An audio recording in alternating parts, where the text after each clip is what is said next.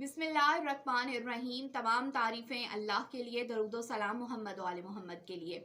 अज़ीज़ान मोहतरम, आज मैं आपके सामने हज़रत इमाम अली रज़ा अलैहिस्सलाम का अपने मुहिब के साथ रवैया कैसा होता है, मौला अपने दोस्तों पर किस कदर शफ़ीक और मेहरबान है और किस अंदाज से इमाम उनसे अपनी मोहब्बत का इजहार करते हैं, उस सिलसिले में एक रवायत को बयान करने जा रही हूँ।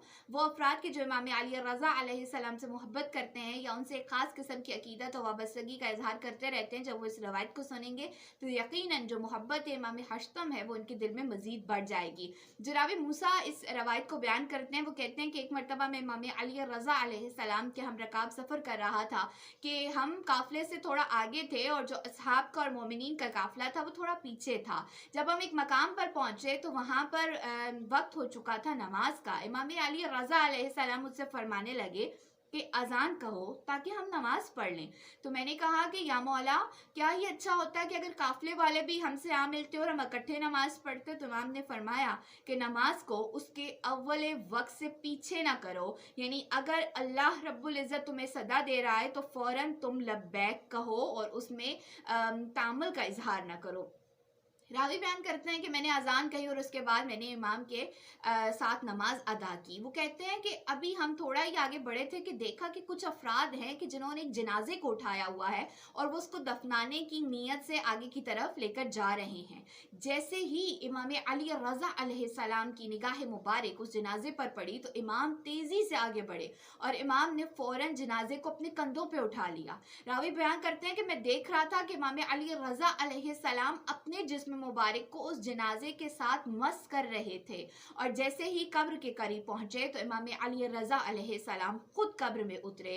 वो जो मैयत थी उसको खुद अपनी आगोश में लिया, कब्र में लेटाया। उसके बाद अपना रुखसार मुबारक मौला ने उनके मैयत के रुखसार मुबारक पे रखा और फिर इमाम फरमाने लगे कि मुबारक हो तुम्हें वो साजो सामान जहां तुम पहुंच गए हो और रंज और गम का ज़माना ख़त्म हो चुका। और इसके बाद अपना रुखे अक़दस इमाम ने दोबारा उनके चेहरे पर रखा, मैयत के चेहरे पर रखा और फिर इमाम कब्र से बाहर तशरीफ़ लाए। रावी बयान करते हैं कि मैंने इमाम से अर्ज़ की कि आका, आप तो यहाँ कभी तशरीफ़ नहीं लाए थे, ये शख्स कौन था कि जिसके जनाजे में आपने इस कदर तेज़ी दिखाई, आपने इस कदर इश्तियाक दिखाया, आपने इस कदर मोहब्बत और नरमी का मुजाहिरा किया? इमाम ने फरमाया, ये हमारे दोस्तों में से था लेकिन इसने कभी मुझे देखा नहीं था।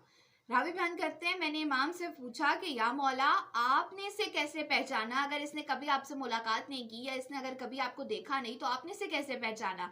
इमाम ने फरमाया, क्या तुम नहीं जानते हो कि सुबह शाम हर मोमिन का नामाए आमाल हमारे सामने पेश किया जाता है और इमाम अपने मुहिब को, अपने दोस्तों को और अपने से मोहब्बत और अक़ीदत रखने वालों को खूब जानते हैं।